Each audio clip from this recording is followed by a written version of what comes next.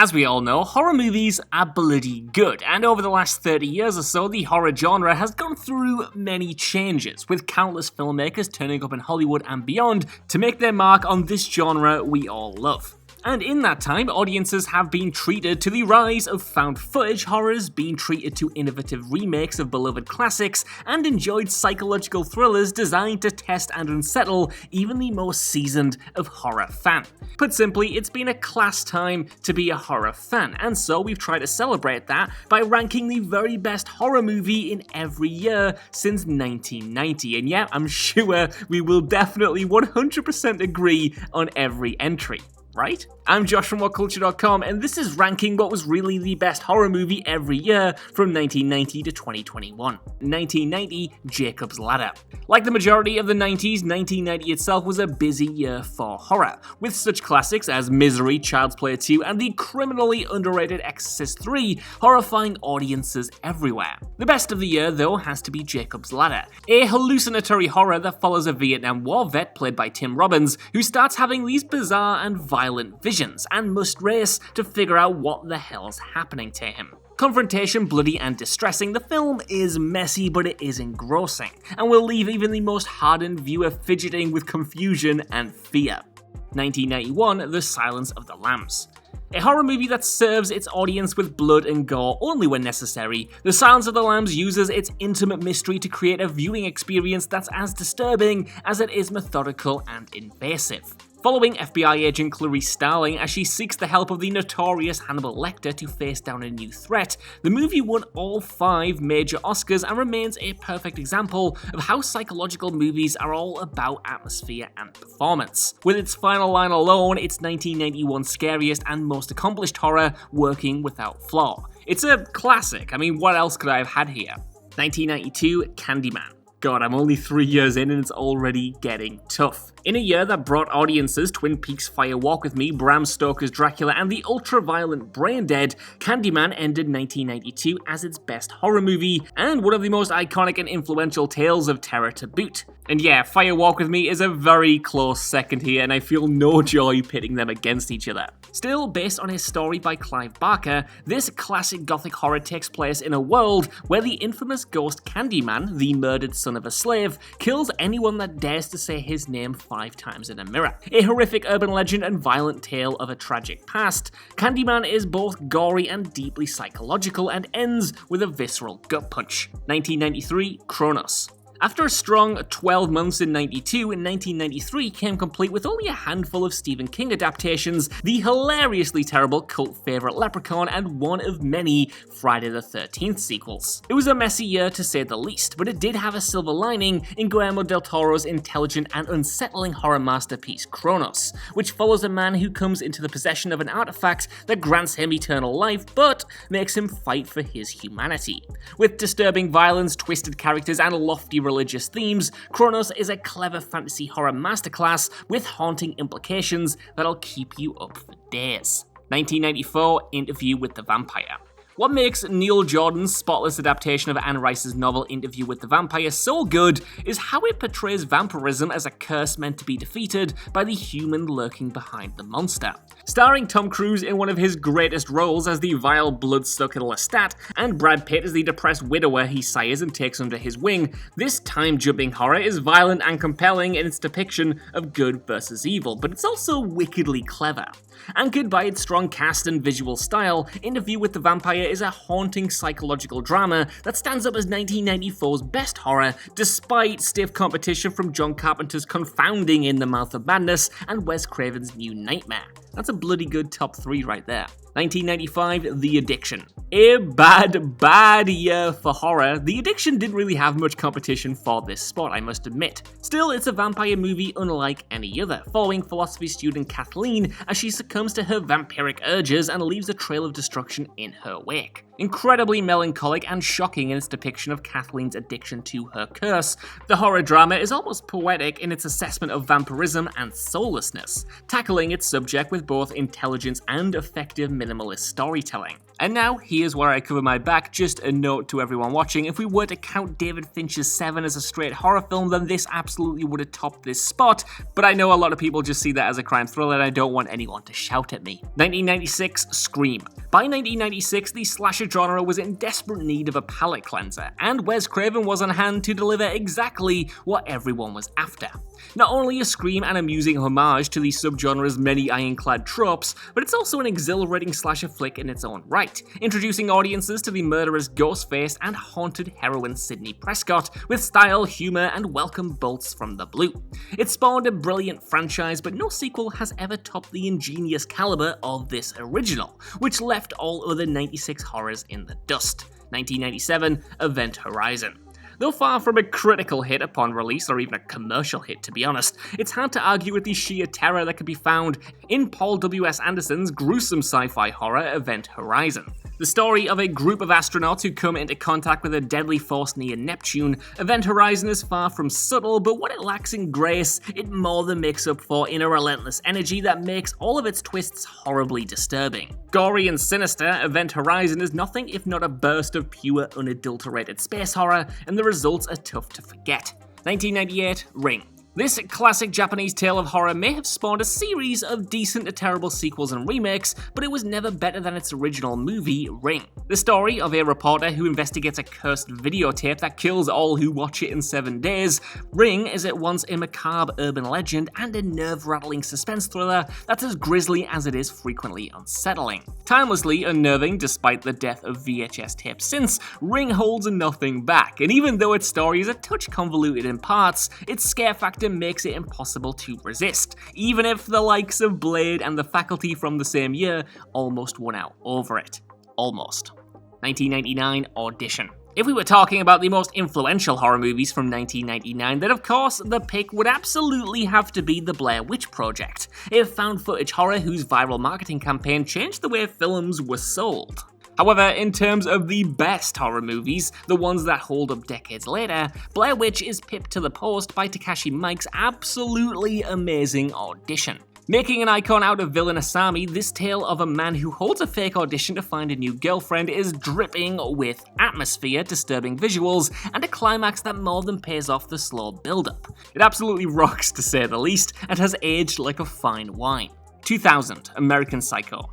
The turn of the century offered audiences all sorts of unique and polarizing horror movies, including the cult favorite Final Destination and the deeply traumatic Hollow Man. It's American Psycho that edges out the rest though. A piss-funny horror satire of 80s excess, Christian Bale gives a career best performance as serial killer Patrick Bateman, in a movie that's as bloody as it is totally unhinged. Yeah, the very final scene is a bit of a misstep, but otherwise every scene is memorable, and its satire works just as well today as it did back then.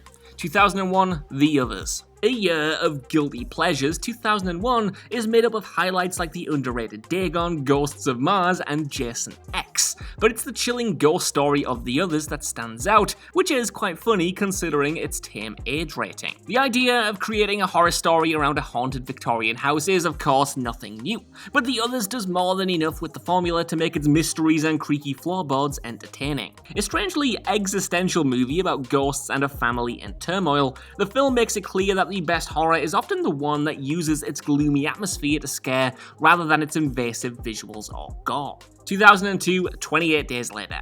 Grounded in bleak realism, 28 Days Later is where our current zombie craze really picked up steam, introducing audiences to a world where the infected can sprint and even the good guys turn out to be monsters. With an immaculate score from John Murphy and a gritty aesthetic courtesy of its indie production, the zombie drama brings the apocalypse to life with a rich, visceral intensity. Though far from cheery, 28 Days Later is a brutal horror masterclass through and through, and its message hits like a ton of bricks.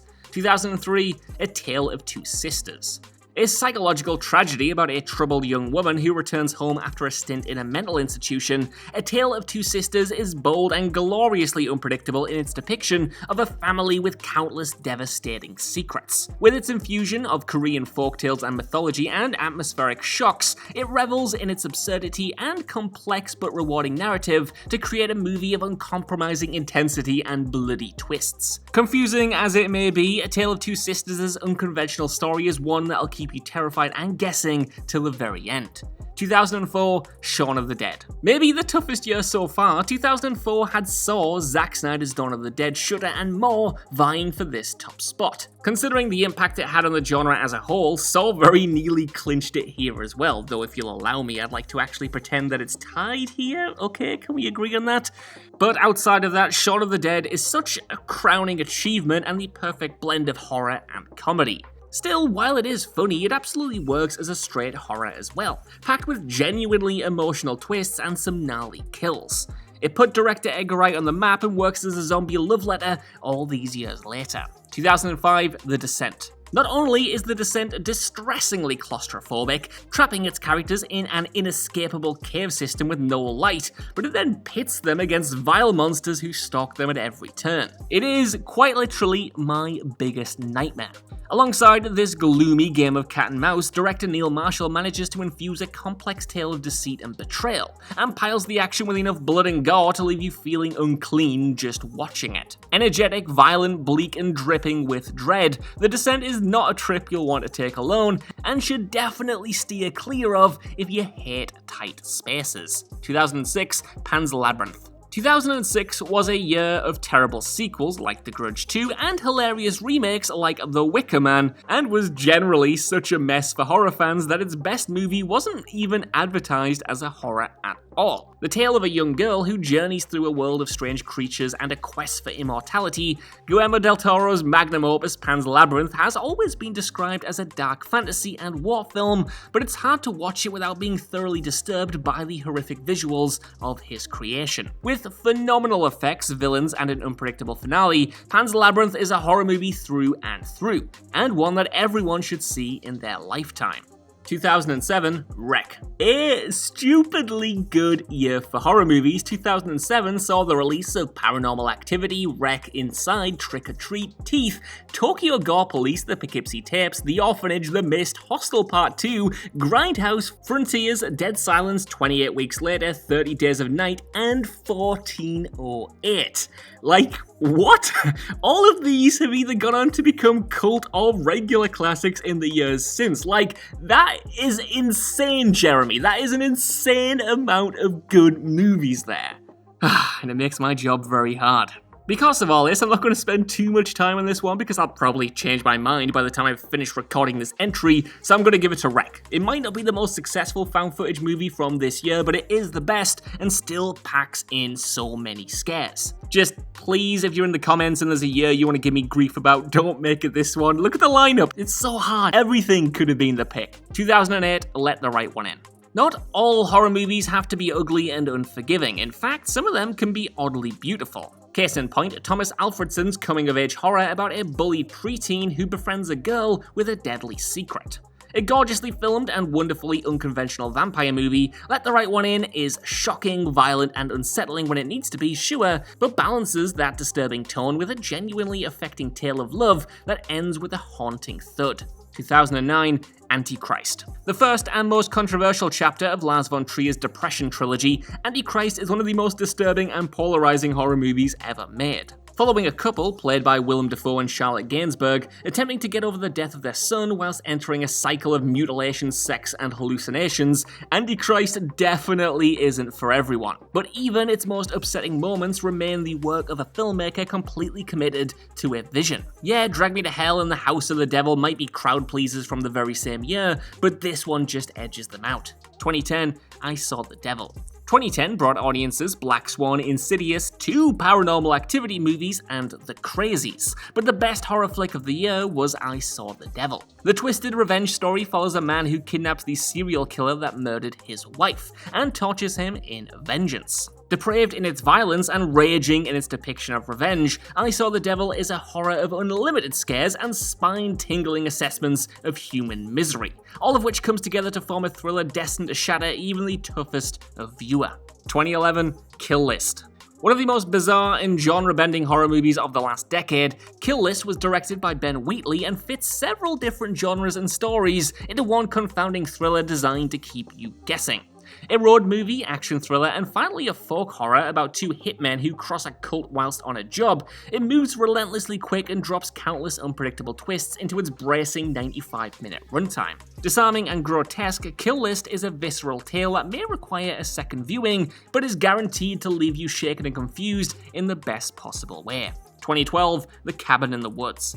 Drew Goddard's meta-comedy horror The Cabin in the Woods takes every trope in the playbook and turns them on their head. Hell, the entire film is pretty much just one big plot twist. Following a group of friends as they venture into the woods, the film slowly reveals that they're all trapped in an experiment used to keep the world from ending. With zombies, haunted books, and a killer mermaid, it's twistedly funny, ultra-violent, and gloriously self-aware, being a great horror flick in its own right, but also a refreshing take on the genre's biggest cliches, with an all-timer of an ending. 2013, The Conjuring.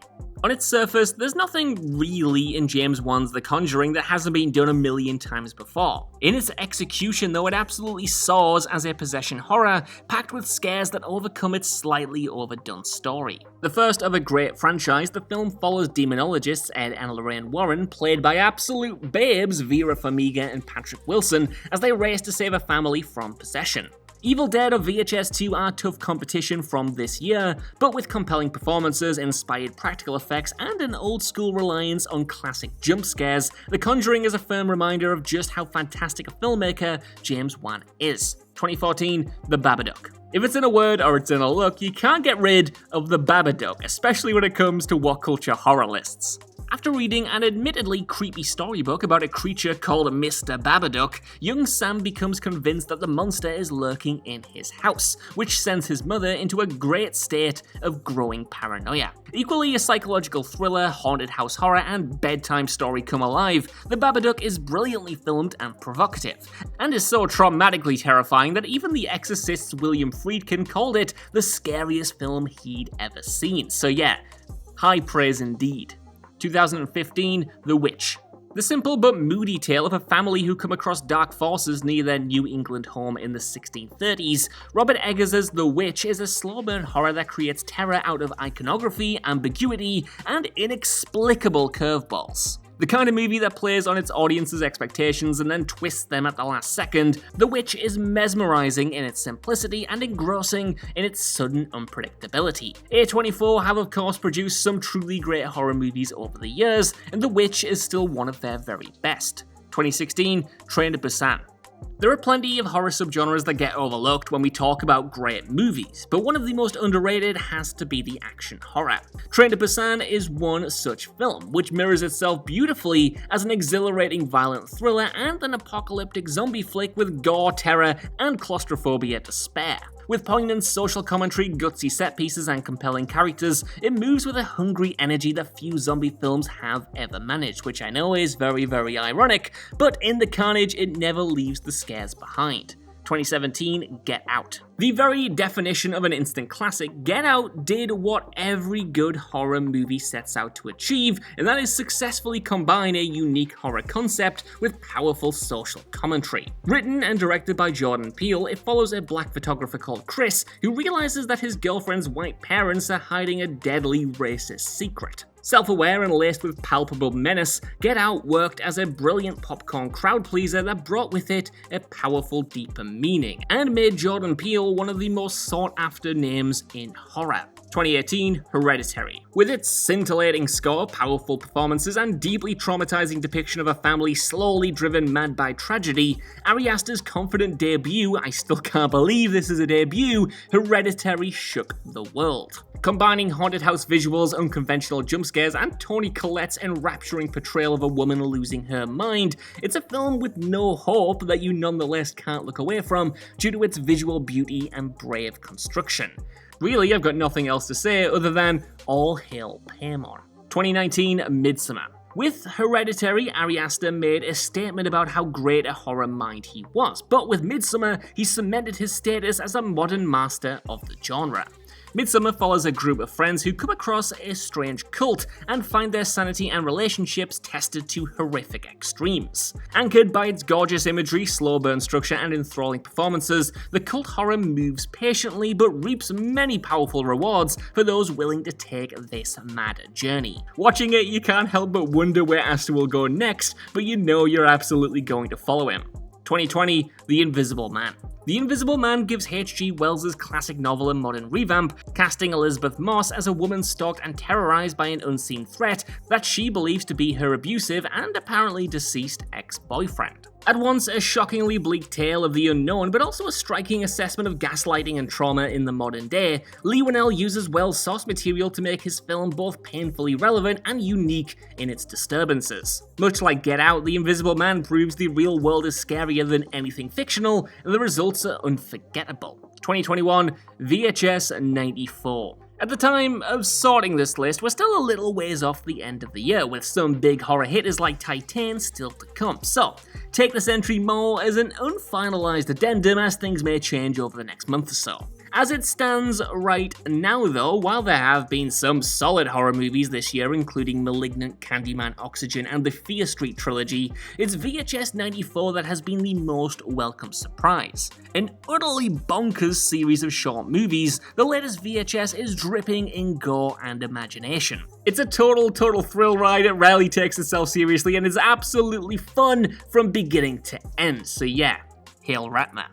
So that's our list. I want to know what you guys think down in the comments below. This was a lot of fun and I really am excited to see if you guys agree with any of these or just think I've gotten them all wrong. While you're down there, could you please give us a like, share, subscribe though, and head over to What Culture Horror for more lists like this every single day. Even if you don't though, I've been Josh. Thank you so much for watching and I'll see you soon. Bye.